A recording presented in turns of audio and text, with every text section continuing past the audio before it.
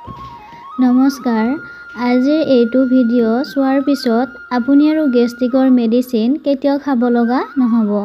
প্ৰমাণ হিচাপে যিসকলৰ গেষ্ট্ৰিকৰ বহুত বেছি সমস্যা আছে, আজিৰে পৰা মই কোৱা কেৱল এটা বস্তু খাব আৰু এইটো ভিডিঅ'ত কমেণ্ট কৰি জনাব। আপোনালোকে নিশ্চয় জানে যে গেষ্ট্ৰিকৰ টেবলেট সদায় খোৱা দীঘলীয়া সময়ৰ বাবে দেহৰ বাবে ভাল নহয়। কিন্তু বহুতেই উপায়হীন হৈ খাব লগা হয়।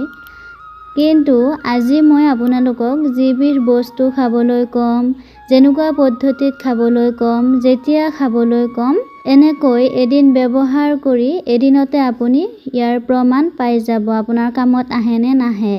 কিন্তু নিয়মখিনি ভালকৈ শিকি নোলোৱাকৈ পিছত কামত নাহিলে কমেণ্ট নকৰিব।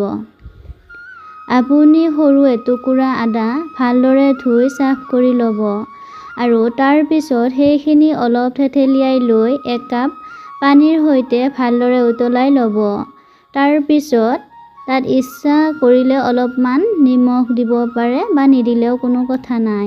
এতিয়া আপুনি ভাত খোৱাৰ 30 মিনিট পিছত আদাৰ চাহ কাপ অলপ অলপকৈ শেষ কৰি খাব বা আধা খাই আধা পিছতো খাব পাৰিব।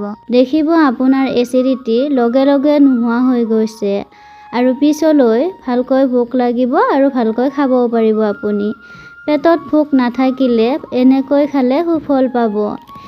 এইটো পদ্ধতি আপুনি কেইদিনমান ব্যৱহাৰ কৰি চালে দেখিব আপোনাৰ গেষ্ট্ৰিকৰ মেডিচিনৰ প্ৰয়োজনীয়তা নোহোৱা হৈ পৰিব। ধন্যবাদ।